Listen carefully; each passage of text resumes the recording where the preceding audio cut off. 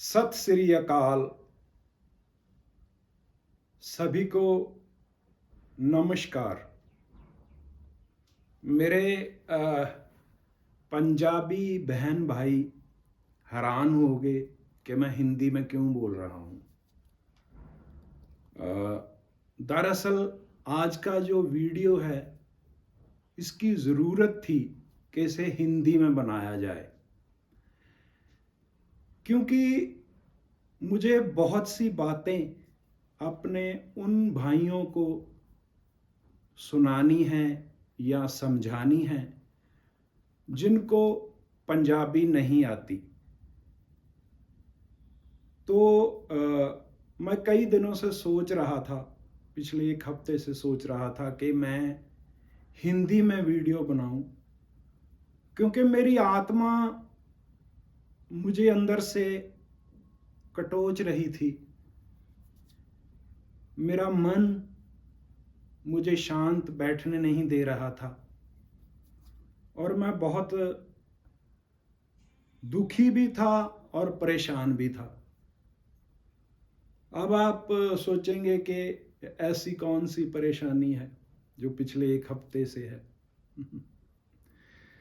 दरअसल 12 फरवरी, इसी 12 फरवरी को भाई अभिशार शर्मा जी का मैंने एक व्लॉग देखा, सुना।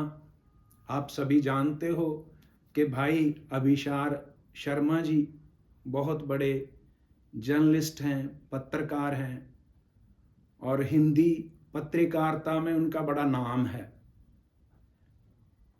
और ऐसे दिनों में जब हिंदी का मीडिया और देश का जो नेशनल मीडिया है उसको गोदी मीडिया कहा जाता है, मतलब कि वो सरकार के पक्ष में हमेशा बोलता है, मोदी जी के पक्ष में बोलता है और बीजेपी के पक्ष में बोलता है। तो ऐसे समय में बहुत कम पत्रकार ऐसे रह जाते हैं जिनको हम जैसे लोग पत्रकार मानते हैं, जहाँ जिनकी बात हम जैसे लोग सुन सकते हैं, जहाँ जिनकी बात पर हम जैसे लोग विश्वास कर सकते हैं। तो भाई अभिशार शर्मा जी भी ऐसे ही पत्रकारों में एक हैं। तो मैं हमेशा उनका व्लॉग है जो सुनता हूँ, देखता हूँ रोजाना। वो जो अपने चैनल पे डालते हैं, चाहे वो राजनीति के बारे में हो, चाहे वो फिल्मों के बारे में भी अब डालने लगे हैं। तो मैं फिल्म का बंदा हूँ, इसलिए मैं वो भी सुनता हूँ।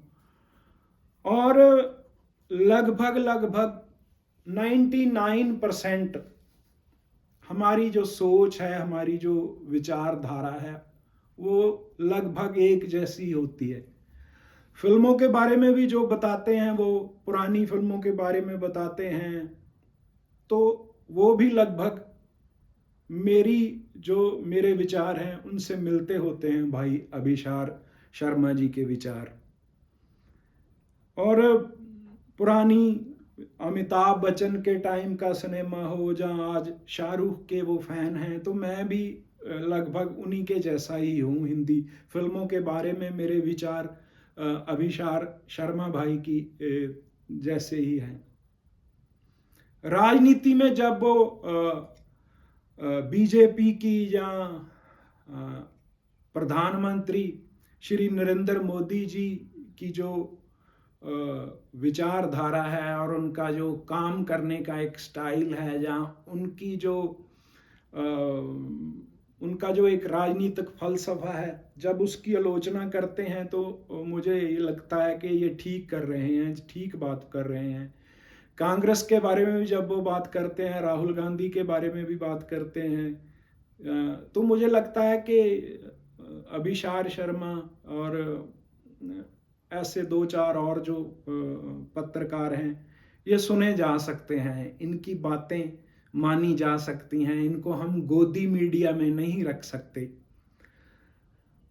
और अभिशार शर्मा जी की एक बात और मुझे बहुत पसंद है, वो है कि जो गोदी पत्रकार हैं उनको वो बहुत आड़े हाथों लेते हैं। जब वो उनको चिंटू कहते हैं, नफरती चिंटू कहते हैं या चाटुकार कहते हैं, तो मुझे बहुत मज़ा आता है। मुझे लगता है कि ये आदमी बहुत बहादुर है, बहुत बोल्ड है, जो सभी के सामने और उन लोगों की आलोचना कर रहा है जो आलोचना के काबिल हैं, जिनके खिलाफ बोला जाना चाहिए, जो पैसे खाकर या अपनी किसी और लालच की वजह से सरकार की गलत नीतियों को भी सराहना करते हैं, और जो सरकार के खिलाफ हैं, चाहे वो पंजाब के किसान हैं, चाहे वो कोई और लोग हैं, उनके वो खिलाफ बोलते हैं।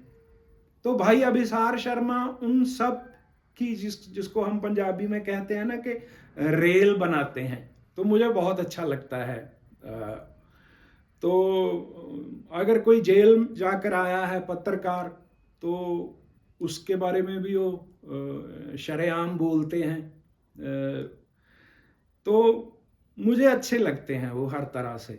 बेशक जब वो बोल रहे होते हैं उनके पीछे कुछ तस्वीरें जो लगी होती हैं, तो वो उनकी विचारधारा को प्रकट करती हैं, और मैं उन तस्वीरों की जो विचारधारा है उसके साथ इत्तेफाक नहीं रखता। यहाँ मैं अभिसार शर्मा जी से अलग हो जाता हूँ।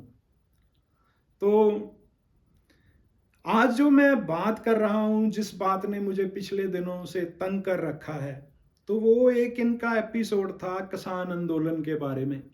12 फरवरी 2024 को इन्होंने ये अपलोड किया अपने यूट्यूब पे, जिसका टाइटल था बीजेपी कब सुधरेगी। तो बड़ी अच्छी बातें बताई इन्होंने किसान आंदोलन के बारे में, बड़ा अच्छा बोला। किसानों का जो आंदोलन है उसको जायज़ ठहराया, उसके तरीके को जायज़ ठहराया कि वो बहुत शांति से आंदोलन कर रहे हैं, और पहले भी उन्होंने बहुत शांति से आंदोलन किया था 2-3 साल पहले। और ये बातें करते करते उन्होंने ये भी बताया कि मैं आज भी किसानों के साथ हूँ, तब तक किसानों के साथ हूँ जब तक वो गांधीवादी विचारधारा के तहत ये आंदोलन शांति से करेंगे, कोई हुड़दंग नहीं मचाएंगे, कोई हिंसा नहीं करेंगे। तो मुझे अच्छी लगी बात बहुत। तो बात करते करते आखिर में उन्होंने एक बात कही, तो वो बात इतनी कड़वी थी, इतनी तीखी थी, और मेरे लिए वो इतनी गलत थी कि मेरे कानों में से ना, जिसको बोलते हैं कि पंजाबी में कहते हैं कि सेक निकलने लगा, मतलब गर्मी निकलने लगी मेरे कानों में से कि ये क्या बोल दिया इन्होंने। तो मैंने उनके पिछले और भी व्लॉग देखे, तो मुझे ये बात स्पष्ट हुई कि अभिसार शर्मा जी की जो पंजाब के बारे में जो उनकी खोज पड़ताल है ना, वो काफ़ी अधूरी है। जिस बात की मैं बात कर रहा हूँ, जो बात मुझे डस गई, सांप की तरह डस गई, वो बात थी हमारे भाई, हमारे कौम के नायक दीप सिद्धू के बारे में। तो दीप सिद्धू के बारे में अभिसार शर्मा जी ने इतनी कड़वी बात कही कि मुझे लगा कि ये क्या कर दिया भाई यार, अच्छी बात करते करते आपने इतनी गलत बात कैसे बोल दी। दीप सिद्धू को गए को भी 2 साल हो गए। 12 फरवरी 2024 का ये एपिसोड था, और 15 फरवरी उससे 3 दिन बाद दीप की बरसी थी। मतलब दीप को 2 साल पूरे हो गए इस दुनिया से गए हुए। और इतने दिनों में भी इतने बड़े पत्रकार ने कोई खोज पड़ताल नहीं की कि दीप सिद्धू था कौन। दीप सिद्धू के बारे में अभिषार शर्मा बताते हैं कि एक एक्टर था जो बीजेपी का बंदा था और वो 26 जनवरी को किसानों को बहला फुसलाकर लाल किले पर ले गया था। बताइए, ये वो बात है जो गोदी मीडिया ने उस 26 जनवरी को प्रचारी थी, जहां एक अफवाह की तरह उड़ाई थी कि वो ले गया, और किसी बीजेपी वाले ने और किसी ने ये नहीं माना था कि ये हमारा बंदा है।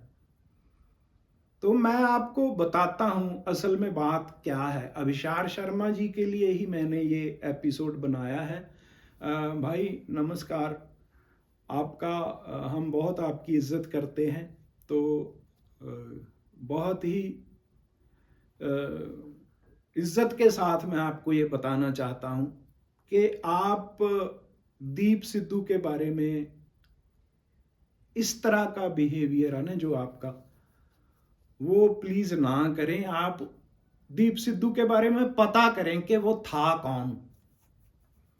आपको पता होना चाहिए कि दीप सिद्धू, जिसका पूरा नाम संदीप सिंह था, वो पंजाब का रहने वाला था, मगर 12-13 साल हो गए थे उसे मुंबई में बतौर वकील काम करते हुए। इनकम टैक्स का वो वकील था, बहुत बड़ा वकील था।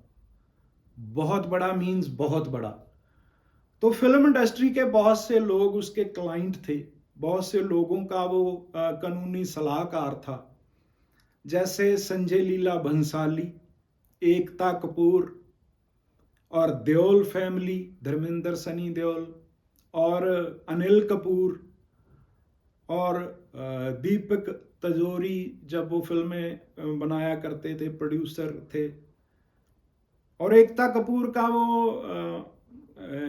कानूनी सलाहकार था बालाजी टेलीफिल्म का, और बहुत बड़े बड़े काम किए थे उसने वकालत में।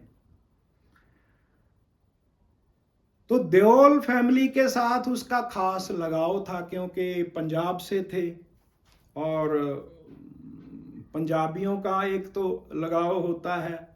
और अगर मैं उसको आगे बढ़ाऊं तो मैं वैसे इन बातों को, जात पात को नहीं मानता, मगर अगर मैं बताऊं तो वो दोनों, वो थे भी जाट, जट, जो पंजाबी जट होते हैं।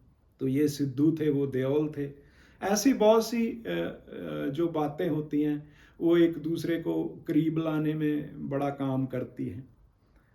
तो वो देओल फैमिली के इतने ज़्यादा करीब थे कि उनको देओल फैमिली का तीसरा बेटा कहा जाता था।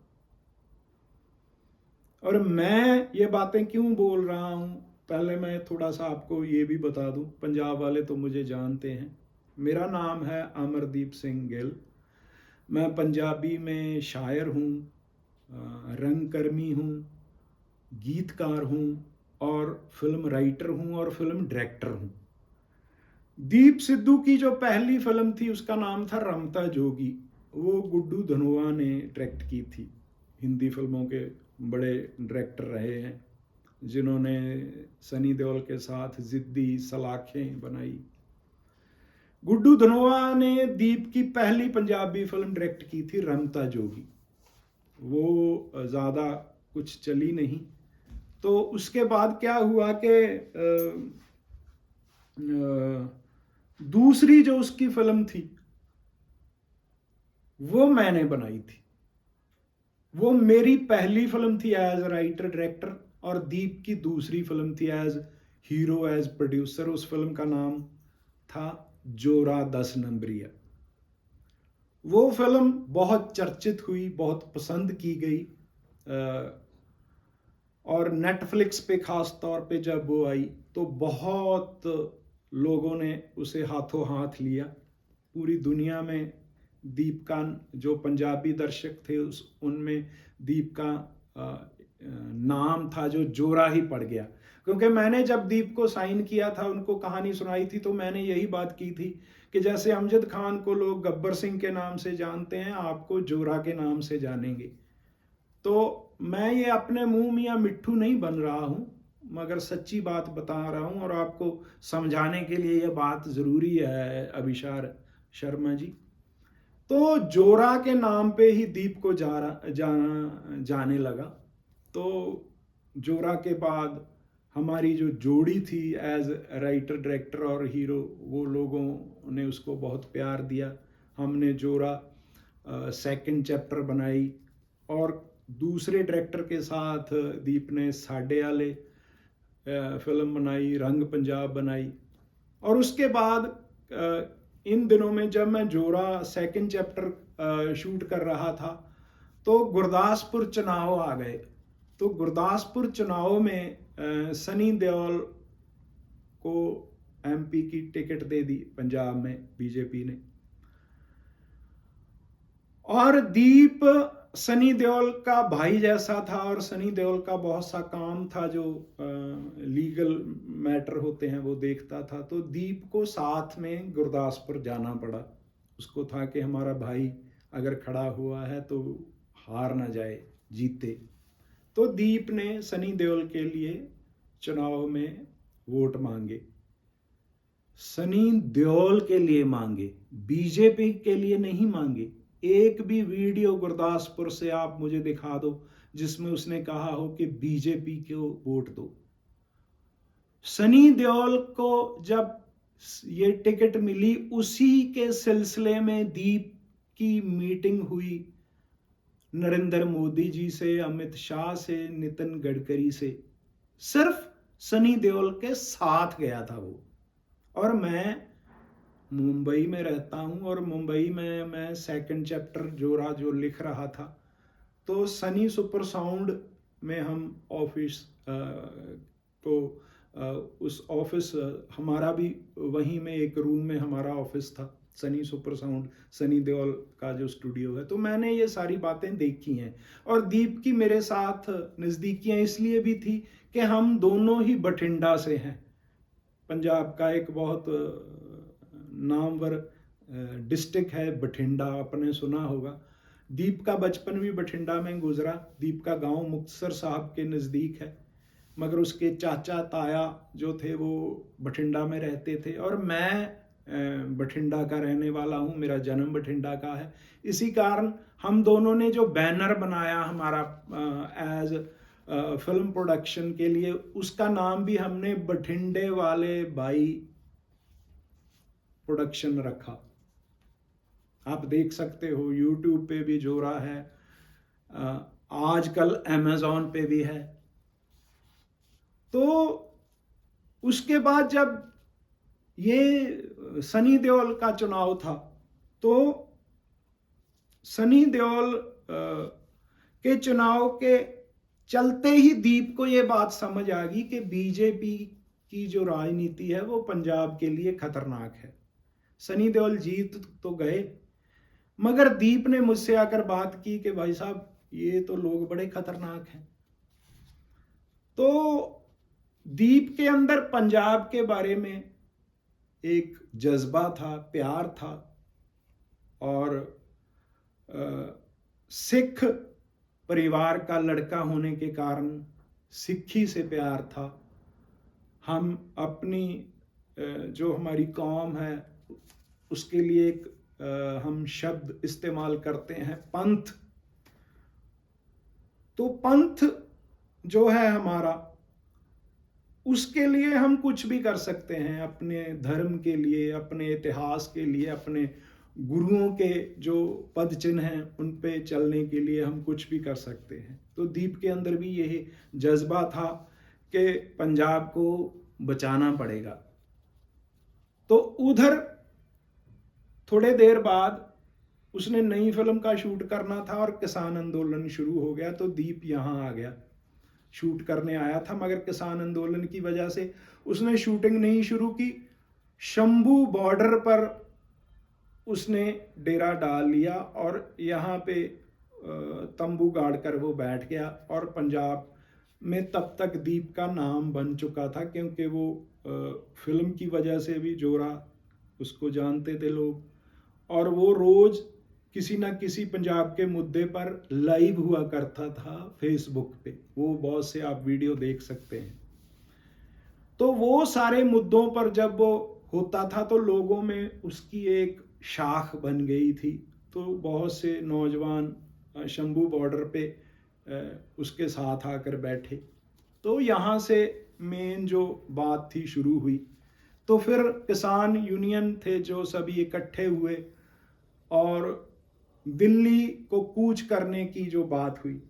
तो दिल्ली उस रात जो दिल्ली गया वो आप देख सकते हो कि कैसे गया, सभी को लेकर कैसे गया। वो पढ़ा लिखा था और फर्राटेदार इंग्लिश बोलता था, क्योंकि उसका काम ही ऐसा था मुंबई में। उसको ज़्यादातर हिंदी नहीं बोलना आती थी, जहाँ तो वो पंजाबी हमारे वाली देसी पंजाबी बोलता था, जहाँ वो अंग्रेज़ी बोलता था, क्योंकि वो पूना से उसने लॉ की थी और बाद में लंदन में उसने पढ़ाई की थी लॉ की। और ये सभी लोग जितेंद्र धर्मेंद्र उसको बहुत प्यार करते थे। ये बात मैं आपको पहले बता चुका हूँ। संजय लीला बंसाली की फिल्में देखोगे ना आप, तो उसके सबसे पहले आता है स्पेशल थैंक्स संदीप सिंह। तो वो संदीप सिंह दीप सिद्धू ही है। संजय लीला बंसाली का वो लीगल एडवाइजर था। और उसके बाद क्या हुआ कि दिल्ली पहुंचे। दिल्ली जब पहुंचे तो आपको याद होगा कि हमारे देश की बहुत बड़ी पत्रकार है बरखा दत्त। तो बरखा दत्त ने इंग्लिश में दीप सिद्धू की एक इंटरव्यू की थी, जिसमें वो सिखिज्म के बारे में सवाल करती है और ख़ास तौर पे संत जरनैल सिंह भिंडरांवाले के बारे में सवाल करती है। उनको आतंकवादी बोलती है और दीप उसका विरोध करता है और बादलील उसकी बातों का जवाब देता है।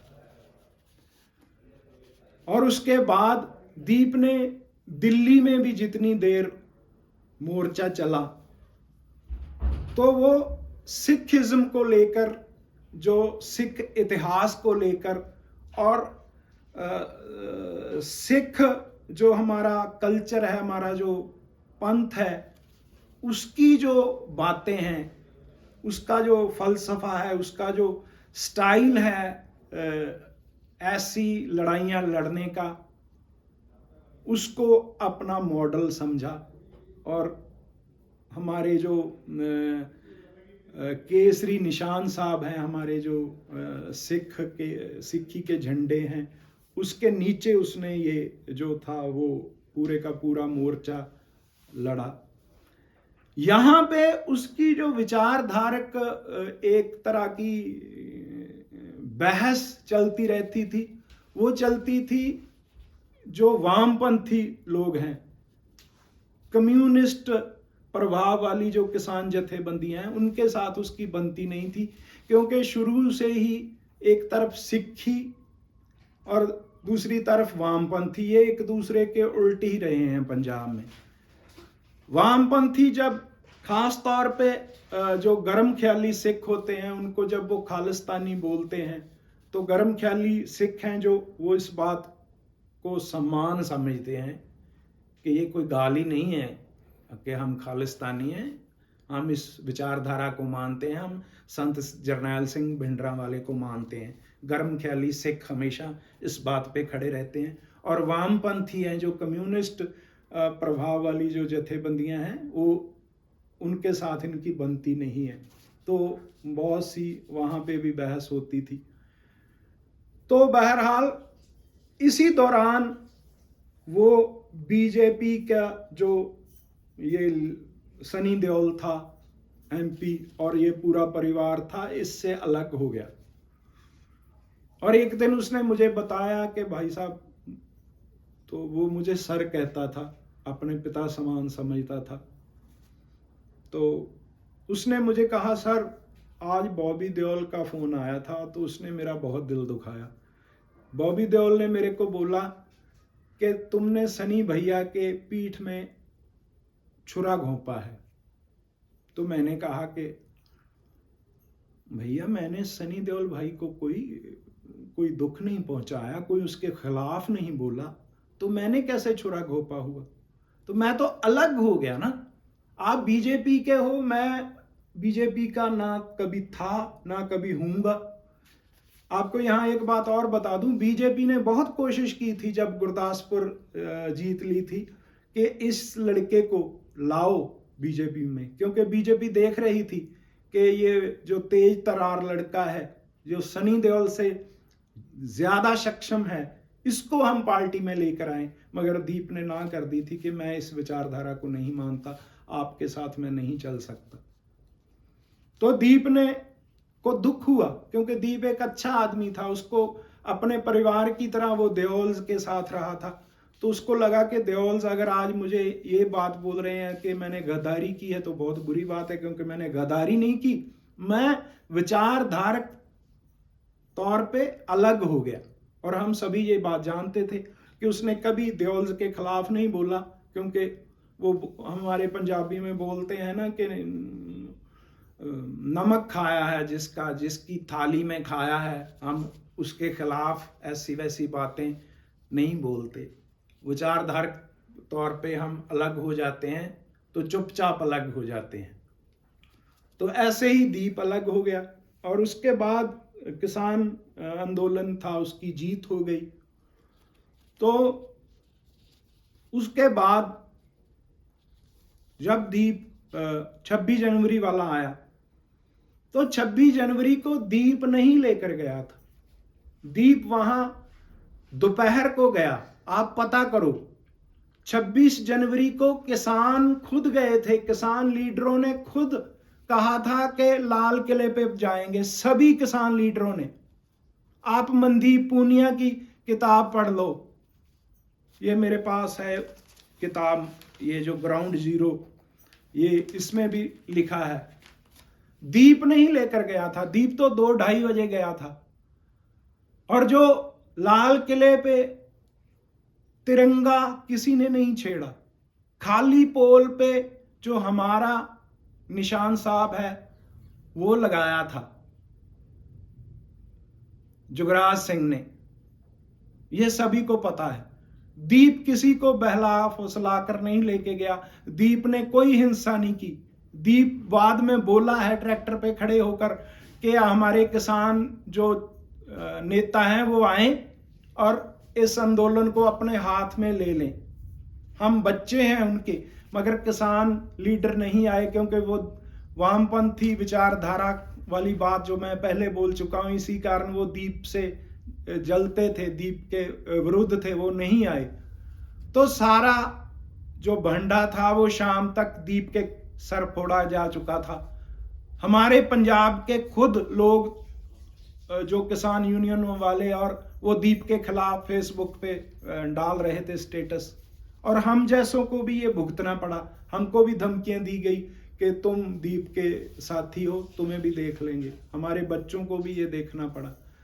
मगर धीरे धीरे धीरे सब कुछ साफ हुआ और ये निकला कि दीप का कोई कसूर नहीं था। और दीप जेल में भी रहा, आपको पता होगा, दिल्ली में रहा वो, और बाद में वो बरी हुआ, वहां से निकला, जमानत हुई उसकी। तो जब वो निकल के आया तो आपको पता है उसका कैसे स्वागत हुआ था पंजाब में? अभिषार शर्मा सर, आप कभी देखिए, आप कभी आइए पंजाब।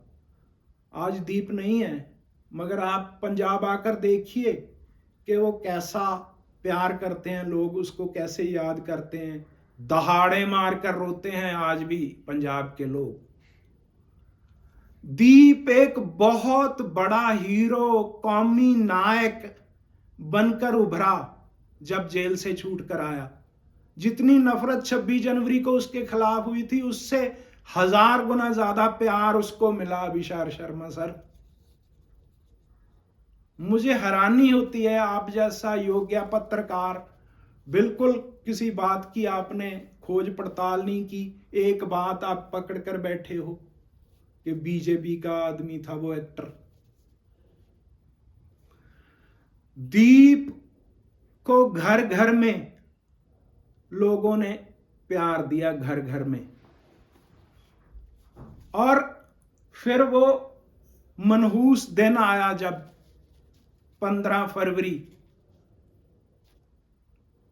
2022 का, जब एक उसकी मृत्यु होती है। वो हम आज तक ये बात नहीं मानते पंजाब वाले लोग कि वो एक्सीडेंट था, हम उसको साजिश मानते हैं, पता नहीं क्या है उसके पीछे, मगर वो साधारण एक्सीडेंट, रोड एक्सीडेंट नहीं था, क्योंकि दीप बहुत अच्छा ड्राइवर था। पॉर्श 911 जैसी कारें वो चलाता था, बड़ी बड़ी गाड़ियां थी उसके पास। वो एक स्कॉर्पियो जैसी गाड़ी पर, और ये जो गुड़गांव और करनाल वाली सड़क है, इस पे उसका एक्सीडेंट नहीं हो सकता। और आपको पता है जब दीप की मौत हुई, जब उसका संस्कार था 16 फरवरी 2022 को, तो कितने लोग इकट्ठे हुए थे? कम से कम 4-5 लाख लोग इकट्ठे हुए होंगे। जगह नहीं मिली किसी को, दीप को देख नहीं पाए। दीप की वाइफ, उसकी बेटी भी उसका मुंह नहीं देख पाई। वहां शमशान घाट तक, शमशान भूमि तक वो पहुंच नहीं पाई, इतना रश था। वो पंजाबी क्या, एक बीजेपी के लीडर के लिए या बीजेपी के किसी आदमी के लिए इकट्ठे हुए थे। पंजाबियों को पता नहीं था, आपको पता था कि वो बीजेपी का है। जहां से वो पैदा हुआ, जिन लोगों के बीच में रहता था, उनको नहीं पता था कि ये बीजेपी का है। सब बातें साफ हो चुकी थी कि दीप हमारा है। इसीलिए लोग रोए, वहां पे चीखे मार मार कर रोए। दीप की चिखा की राख लोग ले गए अपने घरों में। आज भी दीप की चिखा की राख लोगों ने अपने घरों में रखी हुई है। वो बीजेपी के लीडर की राख संभालेंगे? तो दीप एक लोक नायक, एक हीरो बनकर उभरा। पंजाब के ढाबों पर, दुकानों पर, बसों पर, टैक्सियों पर दीप की तस्वीरें लगती हैं। आपको पता है, 2 नौजवानों की तस्वीरें पंजाब में आपको हर जगह मिल जाएंगी। एक सिद्धू मूसेवाला जो गायक थे, और दूसरा दीप सिद्धू। दोनों की तस्वीरें। और तीसरा हमारा एक कबड्डी का खिलाड़ी था, हमारा भाई संदीप नंगलंबिया, जिसको गैंगस्टरों ने मार दिया था। तीसरा वो है जिसकी तस्वीर आपको मिलेगी ढाबे पे, गाड़ियों के शीशों पे, कैब पे। और जब दीप का अंतिम अरदास हुई, दीप की फतेहगढ़ साहब में, तो 6-7 लाख लोग इकट्ठे थे पूरे पंजाब से के बाहर से, जहां से भी पहुंच सकते थे। गाड़ियां खड़ी करने के लिए जगह नहीं थी। इतनी ज्यादा भीड़, इतना ज्यादा इकट्ठ, और जिसको हम इज्जत देकर बोलते हैं संगत, इतनी बड़ी गिनती में संगत। मैं 55 साल का हो गया हूं, किसी लीडर की मौत पे, किसी लीडर की अंतिम अरदास पे मैंने नहीं देखी। ना संस्कार पे इतने लोग देखे, ना किसी की अंतिम अरदास पे देखे जितने दीप पे थे। और नौजवानों ने रो रो कर उसकी चिखा पे खड़े होकर गुरु गोबिंद सिंह जी को फरियाद की थी कि हे बाजा वाले, हमें अमृत छिका दे, हमें दस्तार सजा दे, हमें किरपान पहना दे। ऐसी अरदास किसी सिख लीडर के मरने पर भी नहीं हुई जैसी वो जो ना उसने सिर पे बाल रखे थे, ना वो दाढ़ी रखी थी। आपने देखा ही है वो कैसा था। फिर भी सिक्खी मांगी नौजवानों ने उसकी चिखा पे खड़े होकर। ये बात पता है आपको? नहीं पता आपको, और आप पता करना भी नहीं चाहते, क्योंकि मुझे पता है आपको बीजेपी पे तवा लगाना है, बीजेपी के खिलाफ बोलना है, उसके लिए चाहे दीप सिद्धू को यूज करो आप, चाहे किसी और को करो, मगर मैं आपको हाथ बांध कर आपसे विनती करता हूं कि बीजेपी के खिलाफ बोलने के लिए आप किसी का भी नाम यूज कर लो, खोज पड़ताल करके करो, मगर हमारे लोकनायक, हमारे नौजवान शहीद दीप सिद्धू का नाम मत इस्तेमाल किया कीजिए। मैं आपसे बेनती करता हूं हाथ जोड़कर। अगर वो बीजेपी का होता तो इतनी लाखों में लोग इकट्ठे होते, ऐसे रोते। आज उसको 2 साल हो गए, ऊपर हो गया, अब मैं बना रहा हूं जब तो 2 साल और 1 हफ्ता हो गया। आज भी लोग रोते हैं, मुझे आज भी बाहर से फोन आते हैं, पूरी दुनिया से फोन आते हैं। मुझे लोग इसलिए फोन करते हैं कि मैं दीप सिद्धू के साथ मुंबई में 8 साल रहा और दीप के सबसे नजदीक रहा।